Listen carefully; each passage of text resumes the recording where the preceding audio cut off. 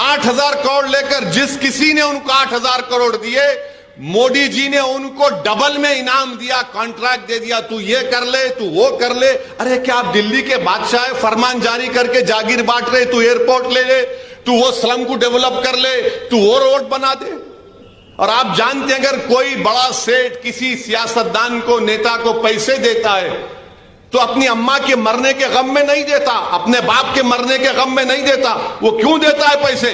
जब एक हाथ देता है तो बोलता है कि 5 हाथ मेरे को वापस देना। 8,000 करोड़ बीजेपी को मिले, 8,000 करोड़।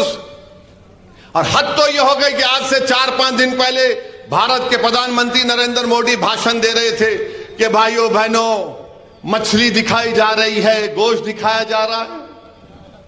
अरे मोदी जी, आप गोश्त मछली पे क्यों चले गए?